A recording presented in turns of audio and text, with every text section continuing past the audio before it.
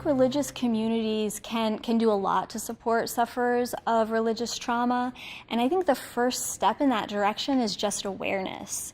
The recognition that religious communities have the power and the capacity to harm people in this sort of way. So often you'll hear people say things like, if religious people caused you to lose your faith in God, your faith was in people instead of in God. And not only is that naive, but it also does more to alienate people from the religious community rather than bringing them in. So I think just awareness and a recognition of either our community in particular or some other community could have done this. And rather than trying to distance oneself, taking some sort of collective responsibility for that.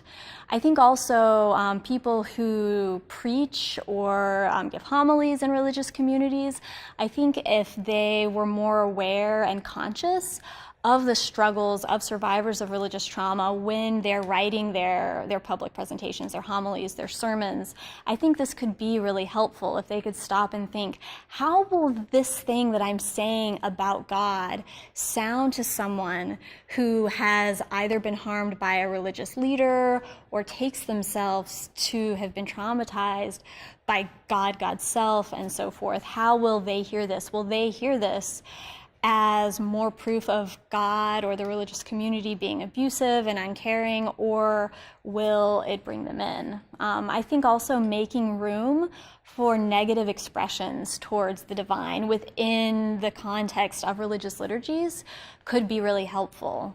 Throughout the Bible, we see examples of the prophets, of other religious individuals protesting God, protesting what God has said. And very often when it's done in certain sorts of ways and in certain contexts, this seems to be endorsed by God. And I think religious communities could be less afraid of this. For someone to come into their community and say, I'm really angry at God, I don't like God at all. God, you have allowed this to happen and you are at fault for this. That makes us kind of squirm, but I don't think that that sort of expression is such a bad thing. And then finally, I think recognizing that religious capacities can be so harmed that either temporarily or permanently it's appropriate for the religious trauma survivor to take a step back and not engage in religious practices, whether that means not going to church or to the synagogue or to the mosque, not praying. I think recognizing that that's an appropriate response to religious trauma rather than pressing people to continue to engage. Because continuing to engage when one is experiencing symptoms of post-traumatic distress can actually intensify symptoms and re-traumatize people in ways that make it harder to recover. But I think they should also be really careful not to say, oh yes, you can take a break for now, but it's just temporary because you're broken.